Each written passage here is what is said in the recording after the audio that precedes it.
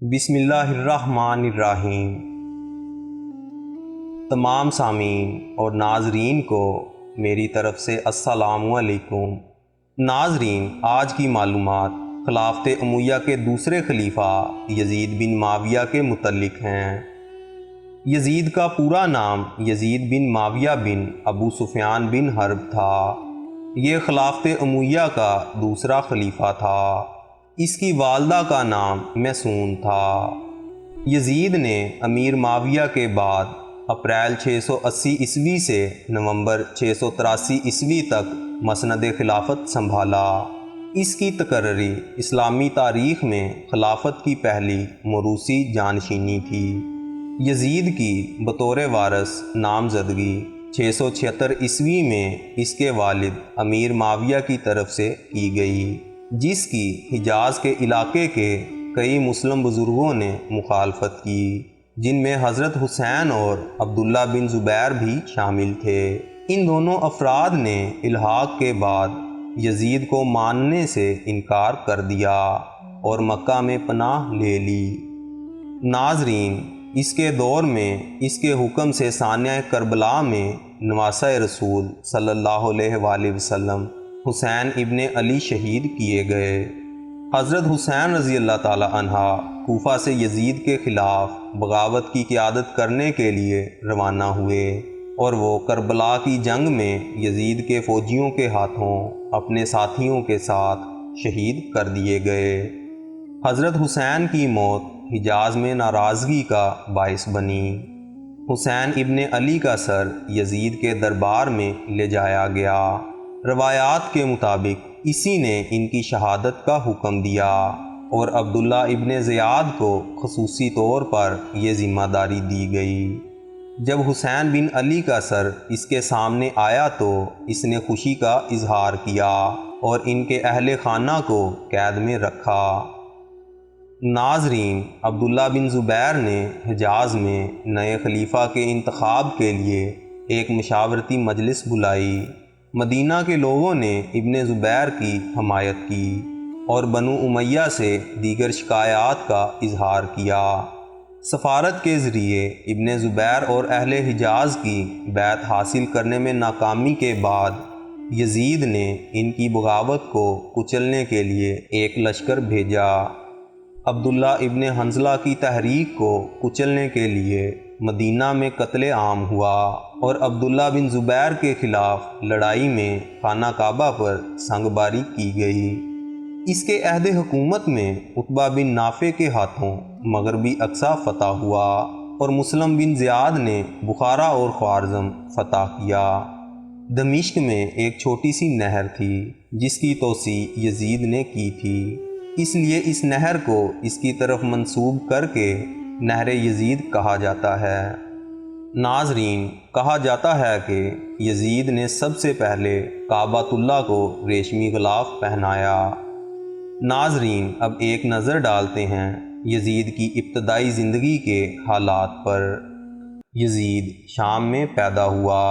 ان کے والد معاویہ بن ابو سفیان تھے، جو اس وقت کے خلیفہ حضرت عثمان کے دور میں شام کے گورنر تھے۔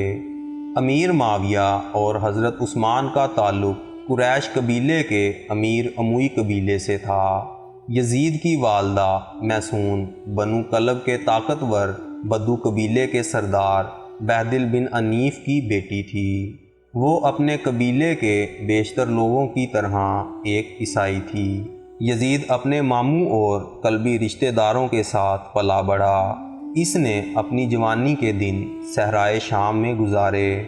باقی سال وہ اپنے والد کے یونانی اور مقامی شامی درباروں کی صحبت میں رہا، جو 661 عیسوی میں خلیفہ بنا۔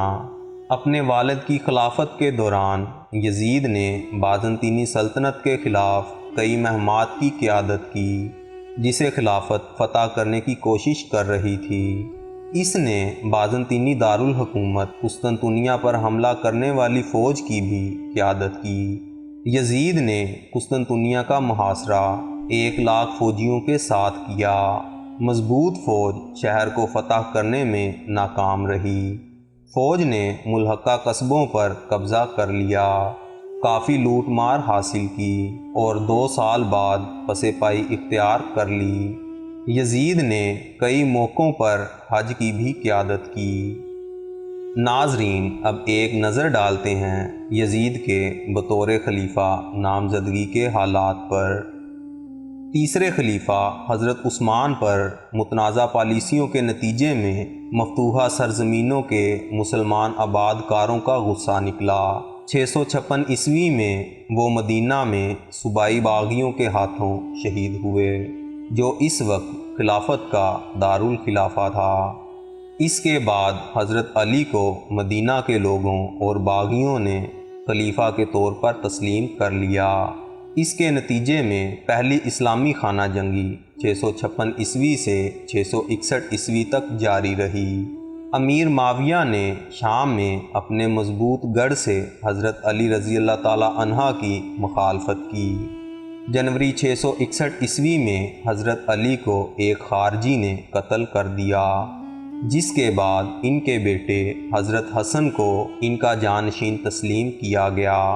ناظرین، امیر معاویہ، جسے شام میں اس کے حامی پہلے ہی خلیفہ کے طور پر تسلیم کر چکے تھے، وہ اپنی فوج کو عراق میں حضرت حسن کے دارالحکومت کوفہ کی طرف لے گئے اور ان کے ساتھ ایک امن معاہدہ کر کے باقی خلافت پر کنٹرول حاصل کر لیا۔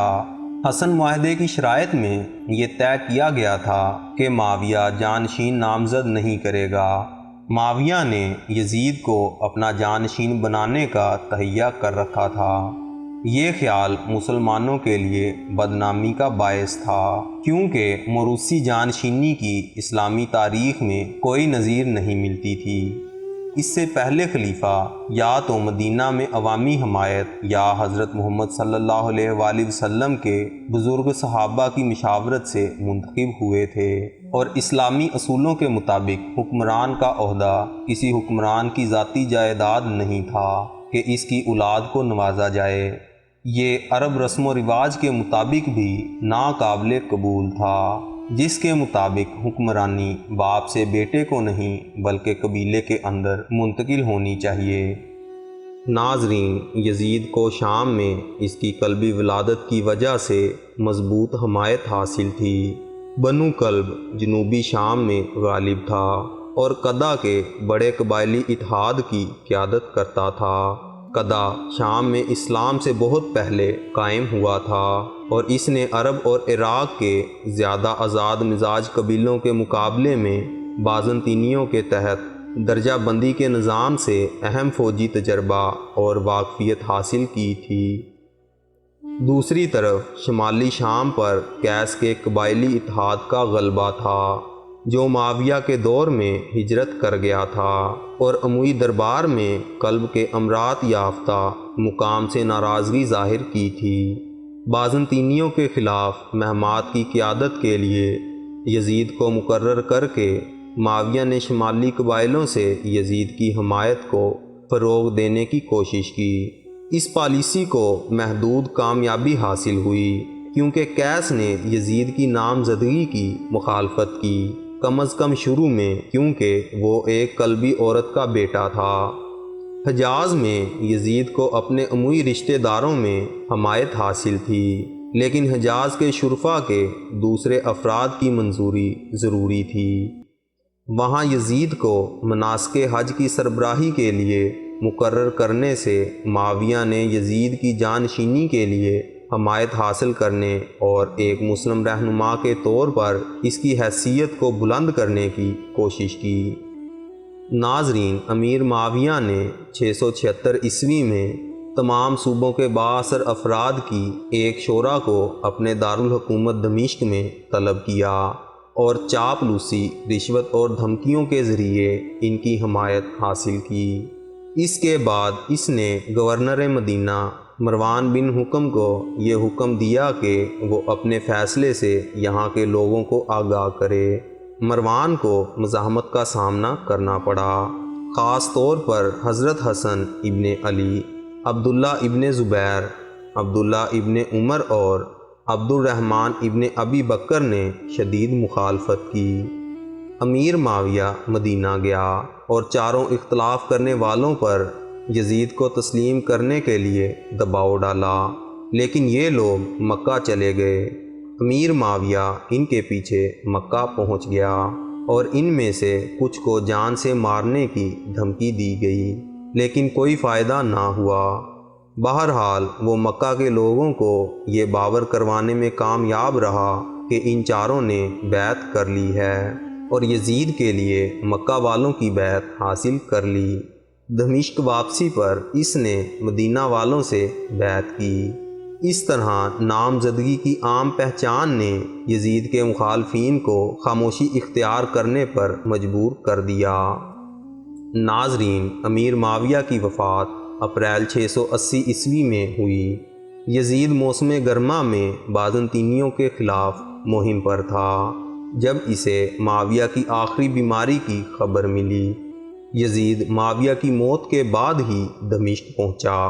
معاویہ نے یزید کی واپسی تک حکومت کی نگرانی اپنے انتہائی وفادار ساتھیوں ضحاک بن قیس اور مسلم بن عقبہ کو سونپ دی۔ اس نے یزید کے لیے ایک وصیت چھوڑی جس میں اسے خلافت کی حکمرانی کے معاملات کی ہدایات دیں۔ اسے حسین ابن علی اور عبداللہ ابن زبیر سے ہوشیار رہنے کی نصیحت کی گئی، کیونکہ وہ اس کی حکومت کو چیلنج کر سکتے ہیں اور اگر وہ ایسا کرتے ہیں تو انہیں شکست دینے کی ہدایت کی۔ یزید کو مزید نصیحت کی گئی کہ وہ حسین کے ساتھ احتیاط سے پیش آئے اور اس کا خون نہ بہائے، کیونکہ وہ محمد صلی اللہ علیہ وآلہ وسلم کے نواسے تھے۔ دوسری طرف ابن زبیر کے ساتھ سختی سے پیش آنا تھا۔ ناظرین، یزید نے صوبوں کے گورنروں سے بیعت کی درخواست کی اور ان سے حلف لیا۔ اس نے مدینہ کے گورنر اور اپنے چچا زاد بھائی ولید بن عتبہ بن ابو سفیان کو خط لکھ کر معاویہ کی موت کی اطلاع دی اور انہیں حسین ابن علی، عبداللہ ابن زبیر اور عبداللہ ابن عمر سے بیعت لینے کی ہدایت کی۔ خط میں درج ہدایات یہ تھیں: بیعت کے لیے حسین ابن علی، عبداللہ ابن عمر اور عبداللہ ابن زبیر کو پکڑو۔ اتنی تیزی سے کام کرو کہ انہیں بیعت کرنے سے پہلے کچھ کرنے کا موقع ہی نہ ملے۔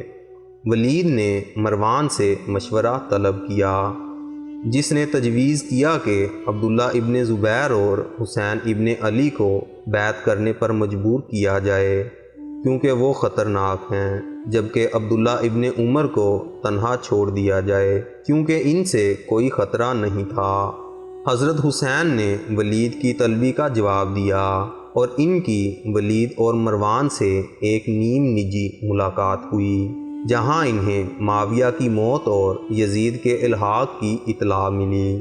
جب ان سے بیعت کے لیے پوچھا گیا تو حضرت حسین نے جواب دیا کہ ذاتی طور پر ان کی بیعت ناکافی ہوگی اور حلف کو عوامی سطح پر کرنے کی تجویز دی۔ ولید نے اتفاق کیا، لیکن مروان نے اصرار کیا کہ حسین کو اس وقت تک حراست میں رکھا جائے جب تک وہ بیعت نہ کر لیں۔ ناظرین، حضرت حسین نے مروان کو ڈانٹا اور وہاں سے روانہ ہو گئے۔ حضرت حسین کے نکلنے کے فوراً بعد مروان نے ولید کو نصیحت کی، جس کے جواب میں اس نے حضرت محمد صلی اللہ علیہ وآلہ وسلم کے ساتھ قریبی تعلق کی وجہ سے حضرت حسین کو نقصان پہنچانے سے انکار کا جواز پیش کیا۔ عبداللہ ابن زبیر نے طلبی کا جواب نہیں دیا اور مکہ روانہ ہو گئے۔ ولید نے 80 سوار ان کے پیچھے بھیجے، لیکن وہ بچ نکلے۔ حضرت حسین بھی کچھ دیر بعد یزید کی بیعت کیے بغیر مکہ روانہ ہو گئے۔ اس ناکامی سے مطمئن ہو کر یزید نے ولید کی جگہ عمرو بن سعید کو مقرر کر دیا۔ حضرت حسین اور عبداللہ ابن زبیر کے برعکس عبداللہ ابن عمر، عبد الرحمن ابن ابو بکر اور عبداللہ ابن عباس، جنہوں نے پہلے معاویہ کے دور میں یزید کی نامزدگی کی مزاحمت کی تھی، انہوں نے ان کی بیعت کر لی۔ ناظرین، اب ایک نظر ڈالتے ہیں ثانیہ کربلا کی طرف۔ مکہ میں حضرت حسین کو حضرت علی کے حامی کوفان کے خطوط موصول ہوئے، جن میں انہیں یزید کے خلاف بغاوت کرنے کی دعوت دی گئی۔ اس کے بعد حضرت حسین نے اپنے چچا زاد بھائی مسلم ابن عقیل کو شہر کے حالات کا جائزہ لینے کے لیے بھیجا تھا۔ مسلم ابن عقیل نے حضرت حسین کو کوفہ میں پائی جانے والی بڑے پیمانے پر حمایت کے بارے میں آگاہ کیا اور اشارہ دیا کہ رازداری کے ساتھ شہر میں داخل ہونا چاہیے۔ کوفان کے بعض قبائلی سرداروں کی طرف سے ہونے والی پیش رفت سے آگاہ کرتے ہوئے یزید نے کوفہ کے گورنر نعمان بن بشیر الانصاری کی جگہ ابن زیاد کو مقرر کر دیا، کیونکہ نعمان بن بشیر حضرت علی رضی اللہ تعالی عنہ کے حامیوں کی سرگرمیوں کے خلاف کارروائی کرنے کو تیار نہیں تھے۔ مسلم ابن عقیل کو پھانسی یا قید کرنے کا حکم دیا گیا۔ ابن زیاد کے جبر اور سیاسی چال بازیوں کے نتیجے میں ابن عقیل کی پیروی ختم ہونے لگی اور وہ قبل از بغاوت کا اعلان کرنے پر مجبور ہو گیا۔ اس بغاوت کو دبا دیا گیا اور ابن عقیل کو پھانسی دے دی گئی۔ ناظرین، ابن عقیل کے خط سے حوصلہ پا کر حضرت حسین عبداللہ ابن عمر اور عبداللہ ابن عباس کے انتباہات کو نظر انداز کرتے ہوئے کوفہ کے لیے روانہ ہو گئے۔ کوفہ کے راستے میں انہیں مسلم ابن عقیل کی موت کی خبر ملی۔ اس کے باوجود انہوں نے کوفہ کی طرف پیش قدمی جاری رکھی۔ ابن زیاد کی 4000 مضبوط فوج نے شہر میں ان کا داخلہ روک دیا اور انہیں کربلا کے صحرا میں پڑاؤ ڈالنے پر مجبور کر دیا۔ ابن زیاد نے حضرت حسین کو سر تسلیم خم کیے بغیر جانے نہ دیا، جو کہ حضرت حسین نے کرنے سے انکار کر دیا۔ 1 ہفتے تک جاری رہنے والی بات چیت ناکام رہی اور 10 اکتوبر 680 عیسوی کو ہونے والی لڑائی میں حضرت حسین اور ان کے 72 مرد ساتھیوں کو شہید کر دیا گیا، جبکہ ان کے خاندان کو قید کر لیا گیا۔ ناظرین، اسی امید کے ساتھ اب آپ لوگوں سے اجازت چاہوں گا کہ آپ کو آج کی ہماری معلوماتی ویڈیو پسند آئی ہوگی۔ انشاءاللہ ملتے ہیں بہت جلد ایک نئی معلوماتی ویڈیو کے ساتھ۔ اللہ آپ کا حامی و ناصر۔